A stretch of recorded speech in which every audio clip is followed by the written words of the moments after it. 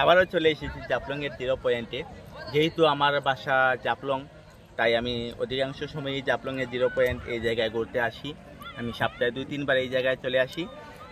আসার পর থেকে আমাদের যে জাফলংয়ে পিকনিক শূন্যতা, পিকনিকটা অনেকেই পিকনিক কমে গেছে। 2-1টা দোকান খোলা রয়েছে এই জায়গায়। মাঝে মধ্যে 4-5 জন 6 জন এভাবে পিকনিক আসে। আজ মোটামুটি দেখা যাচ্ছে ইন্ডিয়ার এদিকে একটু দেখাও তো। এই যে ইন্ডিয়ার যে এই যে জায়গাটা আছে না, এই ইন্ডিয়ার অনেক পর্যটক ভাইয়েরা এসেছে এই জায়গায় ঘোরার জন্য, কিন্তু বাংলাদেশের পর্যটক খুবই কম। আপনারা দেখতে পাচ্ছেন যে বাংলাদেশের পর্যটক কম থাকার কারণে এই একটি মাস জাফলংয়ের যারা ব্যবসায়ীরা রয়েছে সবাই মানে ব্যবসা বাণিজ্য করতে পারেনি, কিন্তু সবাই প্রস্তুতি নিচ্ছে আগামী যে ঈদের যে মার্কেটটা, ঈদ থেকে শুরু করে আবার পর্যটকের ভিড় জমা হবে আমাদের এই জাফলং 0 পয়েন্ট। এখন যেভাবে দেখা যাচ্ছে যে নেই বললেই চলে, কিন্তু আবার পর্যটকের বন্যা বসে যাবে ঈদ থেকে শুরু করে, ঈদের পর থেকে এবং ঈদ থেকে শুরু করে আবার জাফলং পর্যটক দেখা যাবে। পর্যটকের জন্য বিশেষভাবে নিরাপত্তা জোরদার করে যাচ্ছে আমাদের জাফলং ট্যুরিস্ট ওসি রতন শেখ মহোদয় স্যার। উনি বিশেষ নিরাপত্তা দেওয়ার জন্য, পর্যটকের নিরাপত্তা দেওয়ার জন্য এই জায়গায় অনেক ধরনের নিরাপত্তা ব্যবস্থা নিচ্ছেন, যাতে সবাই এসে সুন্দরভাবে এই জাফলং থেকে ঘুরে আবার তাদের গন্তব্যস্থানে যেতে পারে। আমি এখন আপনাদেরকে সারাটি জায়গা ঘুরে দেখাবো।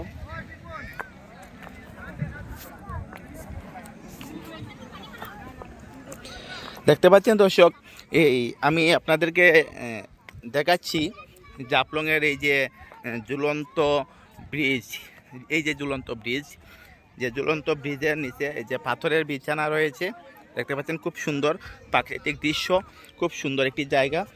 এখানে পর্যটকদের নিরাপত্তা দেওয়ার জন্য রয়েছে ট্যুরিস্ট পুলিশ, অসংখ্য পুলিশ রয়েছে এই জায়গায় পর্যটকদের নিরাপত্তা দেওয়ার জন্য।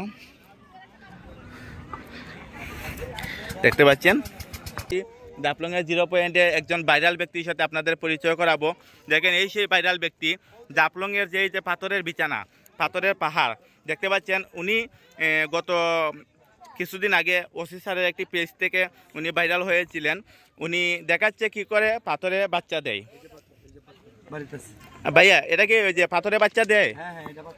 এগুলা কি মা পাথর? এই যে গর্ত বাড়িছে, এই গর্ত থেকে বাড়িছে, এটাতে বাড়িছে, এগুলা থেকে বাচ্চা হয় না? তারপর পাথরগুলা বড় হয় কিভাবে? বালুর নিচে থাকলে বড় হয়, হাত লাগলে বড় হবে না। এটা মা পাথর না? আচ্ছা আচ্ছা।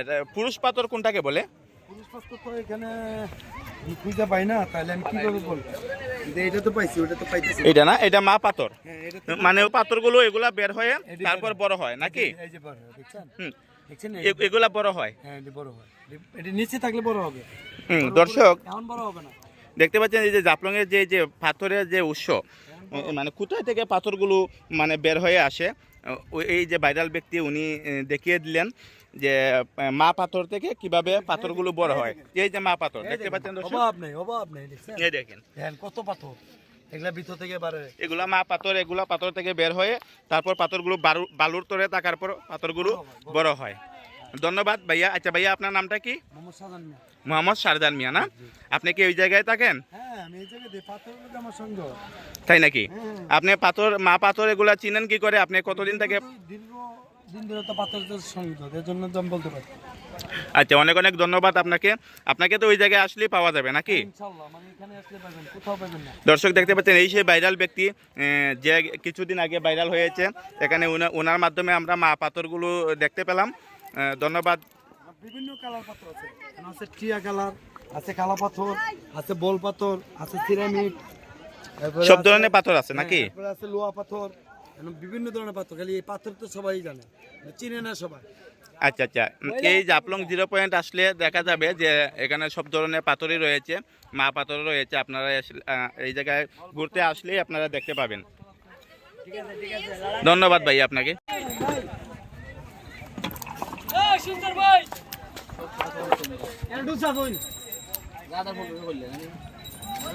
একটু সাফিয়ে নেই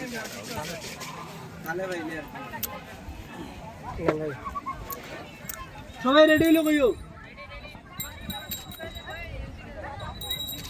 সবাই চিনি লাগলে নেন টক একটু বেশি ওকে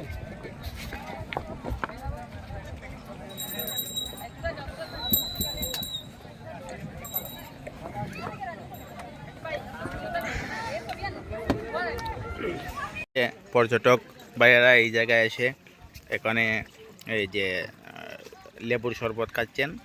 এই যে লেবুর শরবতের দেখেন খুব সুন্দর ভালো পরিবেশে লেবুর শরবত বানানো হয়। মিষ্টি লাগলে নেন মিষ্টি দিন না না থাক